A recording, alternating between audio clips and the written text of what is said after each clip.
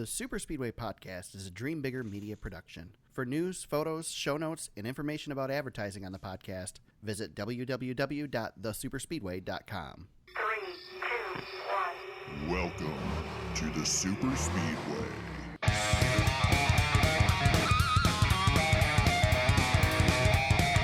Welcome to episode 129 of the Super Speedway Podcast, recorded Thursday, October 10th, 2019. I'm your host, Eric Young, and I am joined once again with the miracle of the interwebs by my co-host, James Cush. James, how's it going?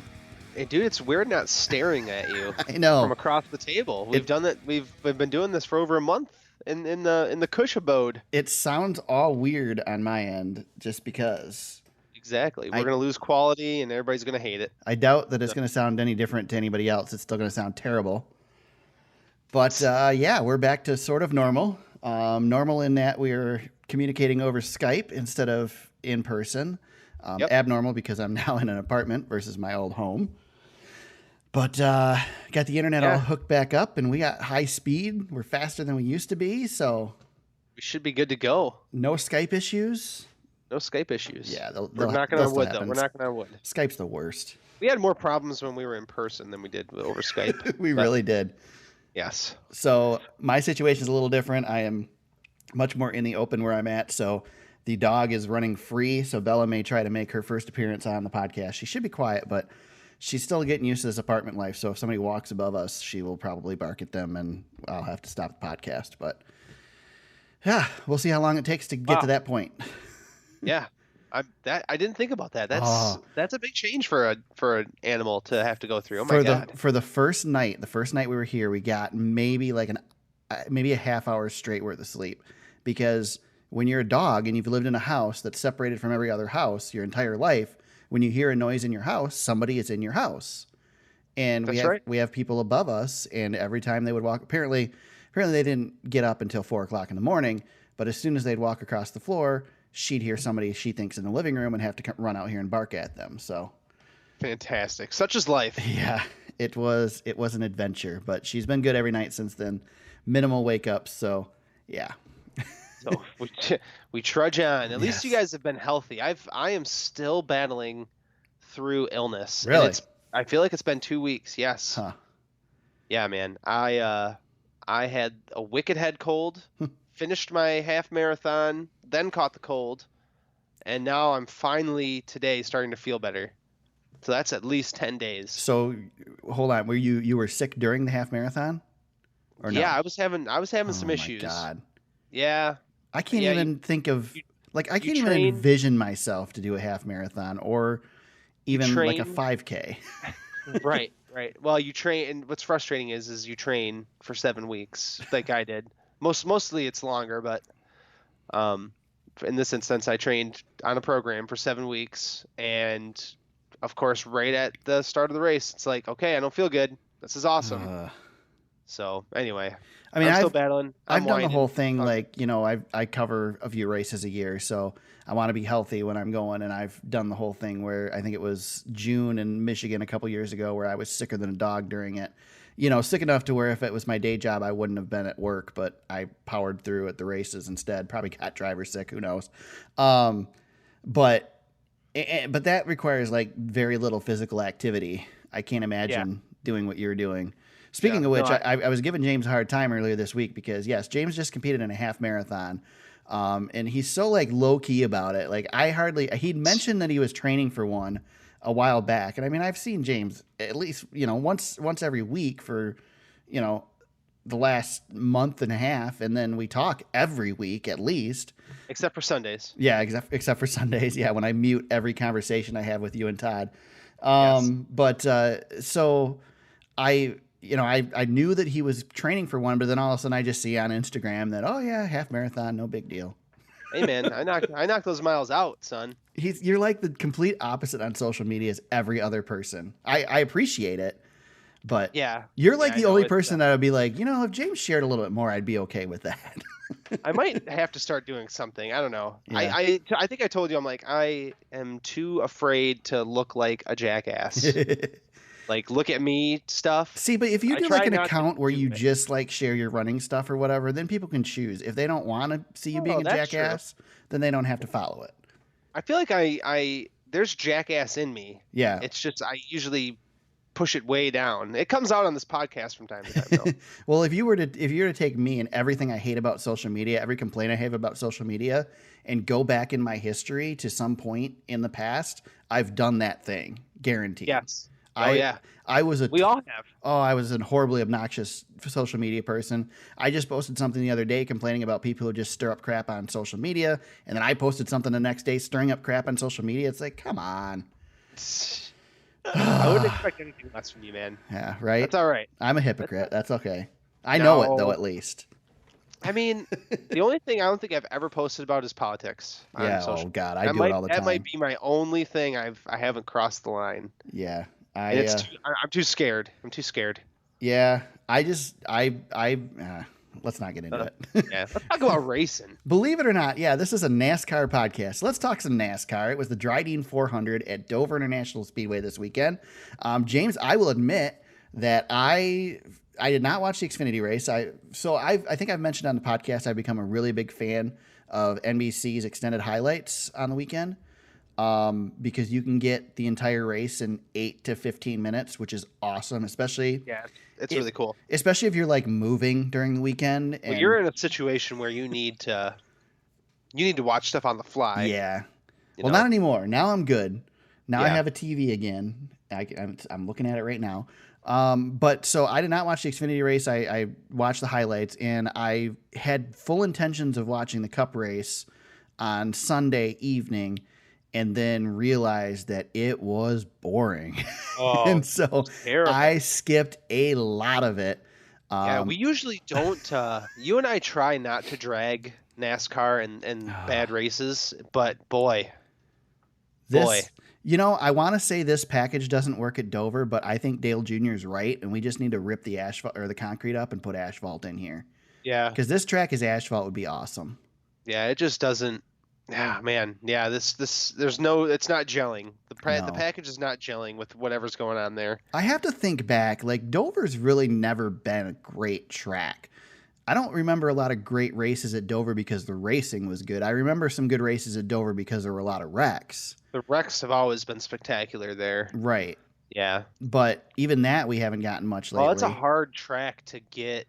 You don't get a lot of side by side finishes there. The last race that was really good there that I can remember was it 2016 or 2017 when Larson and Kenseth had that duel? I think it was 2017. Yeah.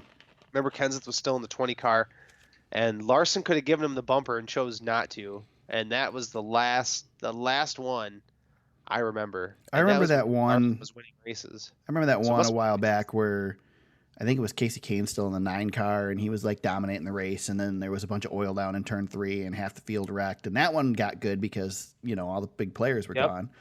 But yeah, there's not a whole lot of memories of good races at Dover. Mostly the memories that I have at Dover are of wrecks. And Jimmy Johnson just collecting miles trophies. Yeah. That's a big thing too. But one person that did enjoy Dover this weekend was Kyle Larson. Finally dominates the race and gets the win. Dude got it done. Got Finally. it done. 72 race winless streak. Kyle Larson back in victory lane. He has advanced further into the playoffs than he's ever advanced before. Yep. Led 154 laps on the day. Yes, he did. I said dominated, but Denny Hamlin actually did that. 218 laps led. Truex was really good too. Yeah, Truex only led 15 though. If Truex doesn't bobble the pit stop late, before the final stage, I think this race could have been a little bit different because he was closing really hard towards the end of the race, but just didn't. He didn't have enough time to make it all up. Right. Could have been a little bit of a different race, but Larson definitely had it covered. We did have some excitement during this race, despite the fact that there were no wrecks and very little action. Beginning early with Joey Logano before the race even began, loses an axle, has to go back behind the wall and pit, change the axle. He was 20 some laps down when he came back out on the track. Yep. Pissed off half the drivers because he wouldn't get out of the way, which I don't really understand what Joey was doing there. I mean, Well, let me play devil's advocate. Give me a devil's advocate that makes sense for Joey Logano to be blocking people when he's 20 some laps down. All the drivers are ticked off at Joey Logano, and let me just be clear, I side with the drivers being ticked off. However, devil's advocate, Joey Logano is a champion because of the way Joey Logano drives, right? Sure. I mean, I just feel like, if this is what he's going to do, this is what he's going to do. But he was way far out of the contention. I'm going to tell it how it is. I like Joey Logano. I've been pretty clear on this podcast that I become a really big Joey Logano fan. That was stupid. It's just he was stupid. I mean, he's got nothing to gain there by doing it. If he was actually racing somebody, sure. Even if, let's say, somebody caused the problem and he's just making it difficult on them, fine. Heck, even if he actually was going to gain something from doing it, points-wise, like let's say, it's a cutoff race and he's holding a guy up that his teammates, but he wasn't doing any of that. He just was being stupid. Yeah, he was just being aggressive to be aggressive. Yeah, and it's like just to say, like, I've still got a fast car even though I'm so many laps down. Well, who cares? You're not in it. You're not going to win the race. You have no chance of even racing for position with these guys. Yeah. It just, first of all, if you're running for a playoff spot, there's no reason to tick a bunch of people off, especially now when you're in a big hole because of issues. I mean, Joey's out right now. I mean, he's outside looking in. He's 0 points out. but he's out. The man out. And I mean, we're going to Talladega this weekend. Anything can happen. You have a bad race there, and now Joey's, got to win to get in. So, right. I mean, I expect Joey to be really good at Talladega this weekend, but you never know. And so it's a wild card race. It's just not a battle worth picking. I mean, I don't know what he was doing there. I get that Joey is Joey and he's going to do Joey stuff. Right. He's always been that way. Yeah, but I've never seen Joey do something like this. Well, he does knucklehead things. From time he to time. does. He does. But yeah, I mean, I don't know. Just ride in the back all day and get your 3 points and go home. I mean, that's a long day for Joey. I get it. It sucks what he's dealing with. I mean, it's a horrible situation to be in. I'm sure I'm sure a lot of it had to do with the fact that he was just irritated in general. I certainly wouldn't want to be in his shoes. I'd rather just go home. I don't really understand.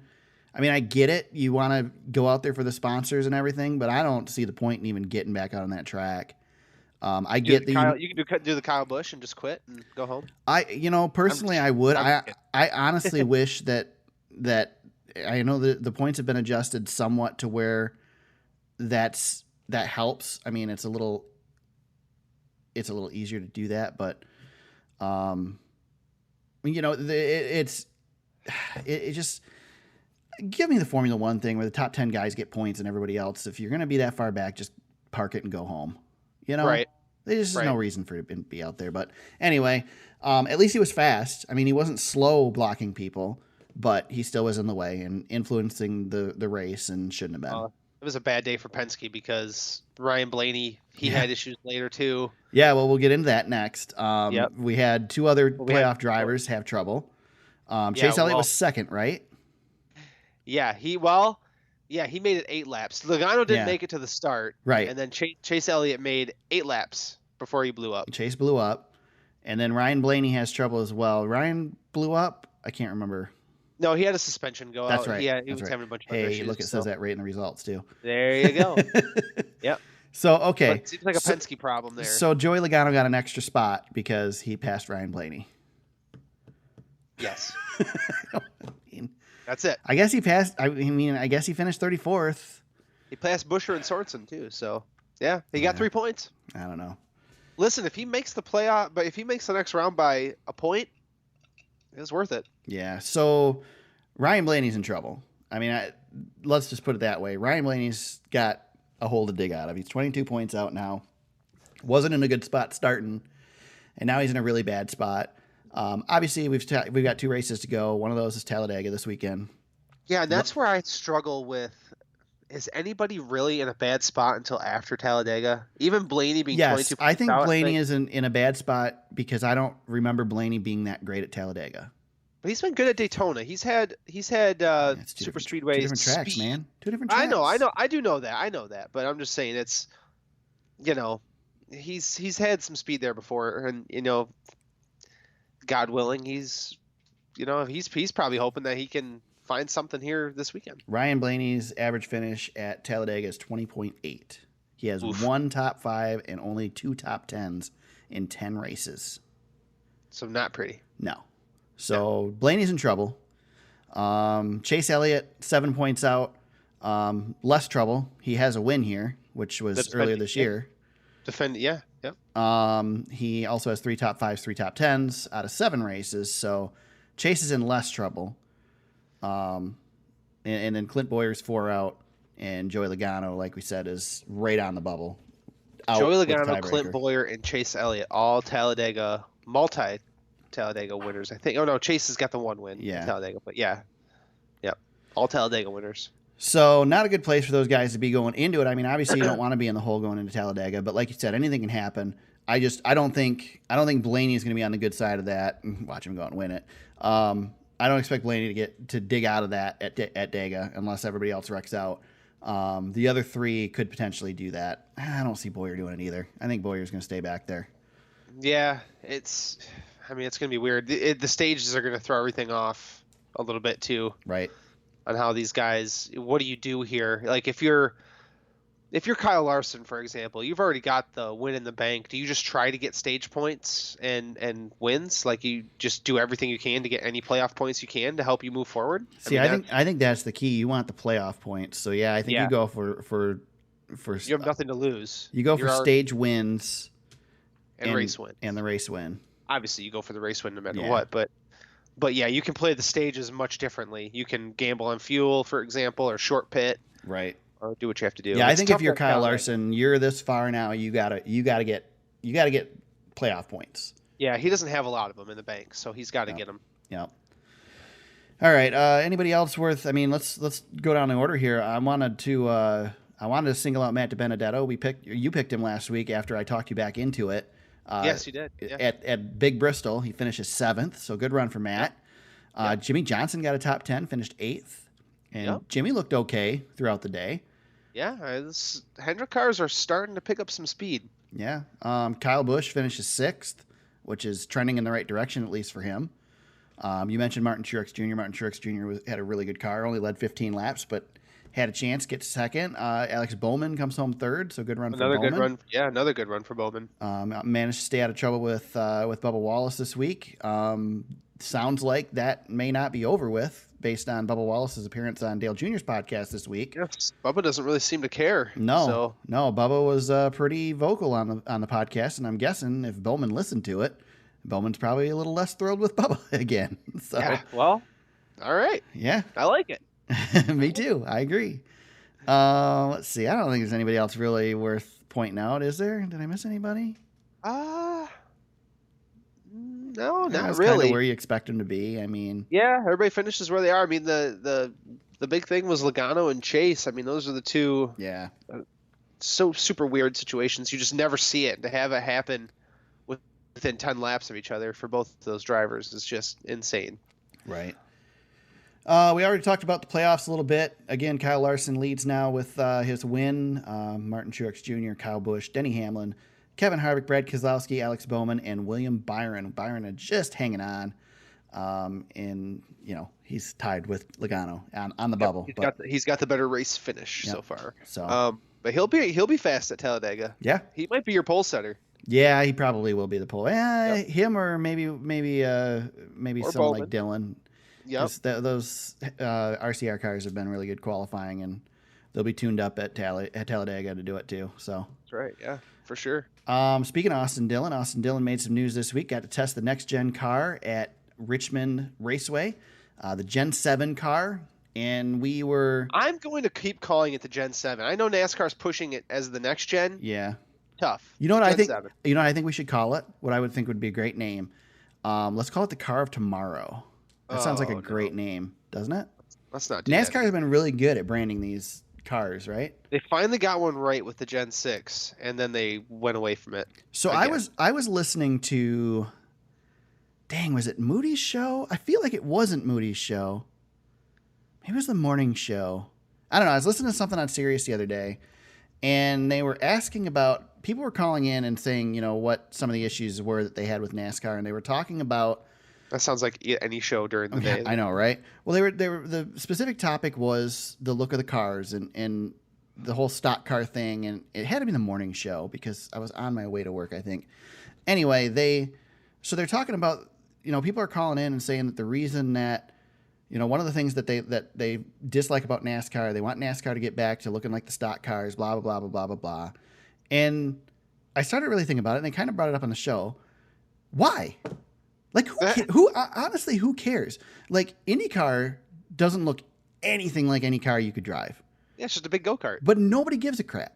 Nobody cares about the prototype cars that run at Daytona and Le Mans and whatever. They don't look like real cars that you can go buy at the store. Nobody cares. Super late models. Just race cars. They slap a freaking Monte Carlo or Camaro sticker on the front of a super late model, but they don't look like one of those. They just have the headlights on them. Nobody cares. Why do we care about NASCAR? I get that this sport started with stock cars, but they aren't anymore. So I don't understand why people give a crap what the car looks like. The wing on the car tomorrow was stupid. The splitter on the front was stupid. But I didn't stop watching the racing because of what the car looked like. Well, Eric, people are idiots. It's like, God. I'm done. And I found myself in this thing that, like, oh, look at that. The Mustang looks great. The Mustang, one of the best looking cars compared to its street counterpart in a long time. But right. Who cares? Like, I don't understand why I care about it. First of all, I'm not a car guy. I couldn't give a crap less. But, like, who gives a crap?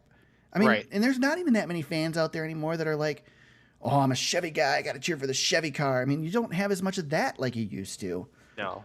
I don't know. It's something to bitch about, I guess. I guess. It's what people need to do on Sirius is really all it is. Yeah. Who cares? I mean, the car looks pretty cool. I mean, you can't really tell about anything. Oh, that's what we were talking about. Yeah. So basically what happened was we found out, like, just a couple days before this test that this was going to happen. Even people we know on the inside found out right before. So it was kind of like hush hush that it was happening. No media allowed at it. We figured we weren't going to see any pictures, video, anything. And then all of a sudden, Austin Dillon's on social media talking about it, doing a live or video from the garage, showing the car. I think I sent you and Todd a message about the wheels. Notice the wheels look way different. They look just like street cars. They look just like the wheels on my car. Yeah. Hey, okay, you guys want stock cars? Look at your wheels. Look a lot more like the wheels that are on the cars that you drive now versus the wheels that are on a 1969, Dodge Charger, which is what we've been running for, 50 years. So you have it. Yeah, you couldn't see much about the car. There was a lot of the aero ducts through the hood, like what we saw in the All-Star package this year. Looked like there was some sort of vent on the front underneath, like above the splitter maybe. Yeah. That cycled that up, and I don't know if that was for the radiator or for those ducts. The hood comes down with a lip on the sides, it looks like, too, versus, how the hood is always laid flat. Right. And which is interesting. It was interesting. They had the tape that you see. If you ever been driving down the highway, we see it a lot in Michigan because, of course, the manufacturers are here. But if you're ever driving down the street and you see one of those cars that is like a test car for a new model, they'll put the goofy looking spiral white and black. Yeah, white and black stickers on it, so you can't get a picture of it and see the details or tell what the details are. And it had all that on it. But it was interesting. We didn't get to see it on the track, but we did get to see the car itself. And Austin seemed to have good things to say about it. What's he going to do? I mean, it's NASCAR's feed. Not going to talk bad about it. He's not Kyle Busch. Exactly. So. Yeah. But Austin still gets to do all the fun tests, man. He got to test the truck at Eldora. Yeah, that's right. He did, didn't he? That's right. Yeah. So, I mean, it's good to know, we've heard so much talk about the Gen 7 car, but that's all we've heard was talk, and it's nice to see one on the track somewhere to know that they're this far along with it, at least that they're testing stuff. And we're a year away from probably seeing it on the track. Yeah, at least around a year away. Maybe next summer we'll see some testing. I'm thinking maybe we'll start seeing like an all-star type thing too with it, or maybe I don't know. Possibly. We'll see. Yeah. We'll see if they test it in the all-star race, but that'd be the place to do it again. Yeah. let's see, a couple random news items that aren't that exciting. Clint Boyer's making his 500th start this weekend at Talladega. Interesting to me because, I don't know, in some aspects it's like, wow, Clint Boyer's been around long enough to make his 500th start, and other times it's like he's only at his 500th start. So well, this brings up, so last weekend Kevin Harvick tied Dale Earnhardt for starts. Yep. So as of Talladega, Kevin Harvick will have raced more NASCAR Cup Series races than Dale Earnhardt. That's really interesting. Doesn't that make you feel super old too? Yes, it does, very much. The guy who replaced Earnhardt has been around longer than Earnhardt was. That's just crazy. That's crazy. Yeah, that is crazy. But yeah, Clint Bowyer, I mean, grizzled veteran at this point, made it to 500. No small feat for these guys, you know? Yeah, definitely. We had a suspension this weekend. Chad Emmons suspended from NASCAR indefinitely for violating the substance abuse policy. He was Daniel Suarez's gas man. Not really much to go into there, but we've mentioned it before, so I figured I'd throw it out there. Yep. We found out that International Speedway Corporation and NASCAR expected to close on the sale of ISC to NASCAR October 18th. If that all goes through, at that time, NASCAR would own ISC and all of its tracks and whatever other properties. They'll go private. Yep. So, let's see. Smithfield renews sponsorship with Eric Almirola. Stewart Haas Racing. Almirola also extends his deal. Since you shared the article first or put the article in the show notes first, James, and I ignored it. Were there terms on that? Did they list? No, it didn't really say, but it looks like everything pointed to this is a 1-year extension through 2020. Okay. So that solidifies the 10 car for another season. Yep. And I was Adam Stern was also reporting that Clint Bowyer is very close to signing another 1-year deal with Stewart Haas.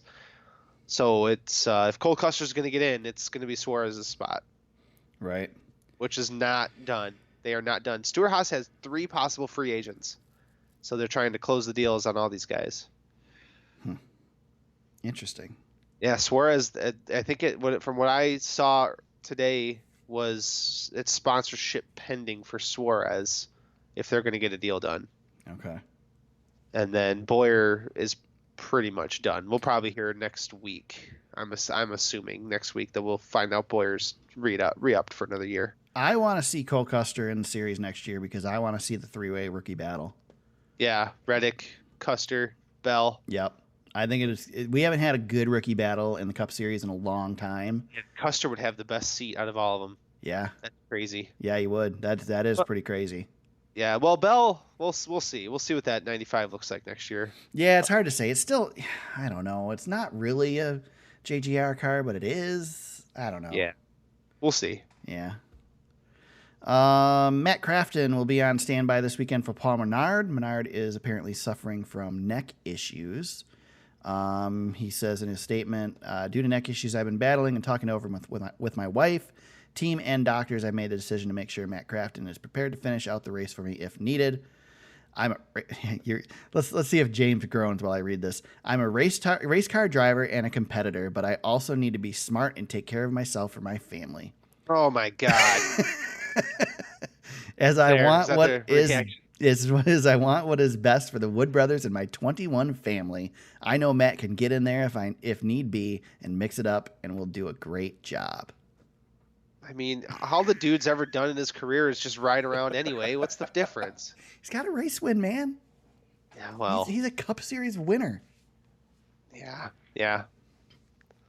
Danica Patrick won an IndyCar race too. Yeah. There. One other thing we don't have in here, but James sent me the link. Zach Novak, 17-year-old Zach Novak, Roush Fenway Racing, won the NASCAR iRacing Series championship with a move at Homestead, or a battle at Homestead. Last lap battle. Keegan Leahy, right?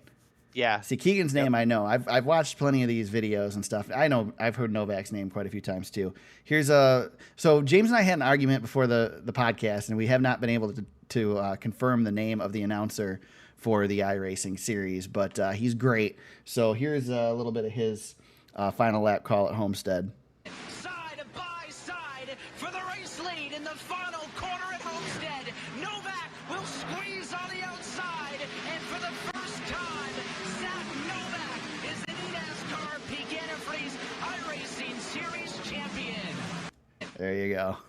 So, Eric, if you and I are playing video games and $40,000 for the win is on the line, you door slam me, I'm right? wrecking you, man. Yeah, dude. I am wrecking you, and that's what You didn't wreck him. Keegan I gotta give Leahy the- says. Keegan. Just didn't quite have it at the end. I don't know what to feel. Epic drive by Zach Novak on that last run. I gave him nothing, and he worked with it. Should I have doored him for the 40,000? Maybe. For sim racing, no. This is how we do it in iRacing. So Oh my god, dude. wreck him, man. Take the win. You're taking these video games too seriously. Go get that money. $40,000, man, James. If you're never gonna talk to me again, I'm still wrecking you. Dude, would it matter? Every time you think about me not talking to you, you just go check your bank account and Right. you'll feel better. Yeah. $40,000. And no offense to these guys, I get it. I understand those iRacing people, but $40,000 for a video game, I'm wrecking you, man. Oh yeah. Oh yeah. All right. Dude, we could split it. Cool deal for no kidding. Cool deal for iRacing though, and in the NASCAR Peak Antifreeze Series on NBCSN for that race. All jokes aside, it's been pretty fun to watch. Yeah, it was cool that they're getting the exposure that they are, and very very good deal.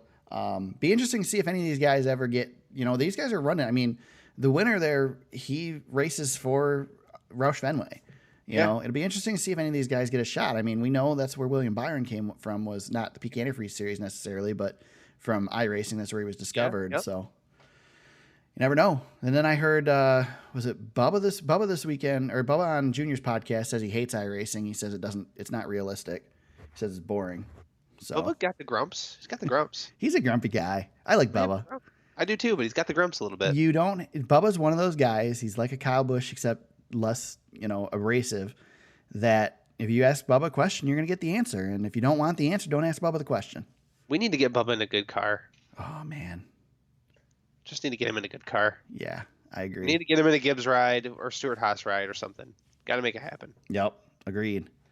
Uh, All right. Anything else? Any news I missed, James? I think that covers it. We're recording late this week, so Yeah. we had a little more news than we usually do. Yeah, it's still been quiet. Really quiet this year. The ARCA schedule came out, 20 races this year. Yeah, That's we did that last week. Yeah, but they actually have the full Oh, schedule. did they? Okay. Yeah. So, but I mean, Back at we are Michigan, I'm good. assuming? Back at Michigan, yep. That's all I care Yep. about. So, it's very good. Very good. All right. So we go to one of the best races of the year, potentially the best race of the year, because the only thing that makes Talladega Superspeedway better is making it a playoff race. And it is the 1000bulbs.com 500 from Talladega Superspeedway this weekend. And I'm ready for some excitement. I haven't discussed it with the wife yet. She is out of town, but my hope is to sit in front of the TV and watch it live. My life usually doesn't allow that, so I doubt. I said life, not wife. My life usually doesn't allow it, and probably won't again this weekend. But I will watch every lap of Talladega, so I'm looking forward to it. Truck race on Saturday, so that's good as well. Trucks are always exciting out there. Xfinity boys are off. Xfinity's off. Interesting note, the driver with the best average finish at Talladega, James, I know you're looking at it too. Who is it? Actually, I'm not looking at it yet. Ryan Preece has the best average Ryan finish Preece? at Talladega. He has one race, and he finished third. Well, there you go. That'll do it. Daniel Hemrick is second with one race and fifth. And then Ricky Stenhouse Jr. has 12 races and an average finish of 11.8. Ricky Stenhouse. Wow. Well, I mean, yeah, he's got a win there. Yeah, those are names you don't usually see at the top of the list. Yeah, no, not at all. I get the first pick this week, and I am going to say we're going to bounce back this week and get a big win. Somebody who's won there 3 times so far. He's going to win his 4th race, and it's going to be Joey Logano. Damn it, you took my guy. Not only has he won 3 races, but over his last 8 starts, he has 6 top 5s there. Nice. How many? Do you have a laps led stat somewhere? Because Logano's got to have led a ton of laps at Dega because he has been so good. Yeah, I've got it for the last 10 races. He has led the most, 247. But can you guess who has led the second most? Who's that? It's not as big of a discrepancy as you would think. It's his teammate, Brad Keselowski, at 238 laps led. I can do you one better. I can give you all-time laps led at Talladega. And number one on that list, this is, I'm assuming, recent drivers because. Let me guess. Is it Dale Jr.? No, it is not. Damn. It is the champ, Jimmy Johnson. Yeah, he's up on this list for the last 10 races, too. He's led 470 laps in 35 races. Logano second, 303 in 21 races. Denny Hamlin third with 302 in 27 races. Then Brad Keselowski, 271 in 21 races. Then Kurt Busch, Kevin Harvick, Jamie McMurray, Kyle Busch, Clint Bowyer. Nice. Clint Bowyer's led 110 laps at Talladega. He's got a pair of wins here, too, I think, if I'm not mistaken. Here's a good one for you. So all those drivers have run more than 20 races at Talladega. Chase Elliott has run 7 races. He's led 107 laps. Yeah, he was balls to the walls the last couple times he's been there. He puts on a show at Talladega, that dude. Yeah, he does. He's getting better. He's a good pick. You going with him? I dogged him pretty hard at Daytona a couple years ago, but he's definitely improved. Yeah. No, if you took Logano, I'm going Keselowski. Yeah, I figured you'd probably go Brad. I always end up with Brad at Talladega, but I wanted Logano bad. But I'll take Brad because I think Brad's the best, quote unquote, even though it's not plate racing anymore. He's the best plate racer we got. So I'll stick with that for now. You get first dark horse pick. I'm pretty sure I know where you're going.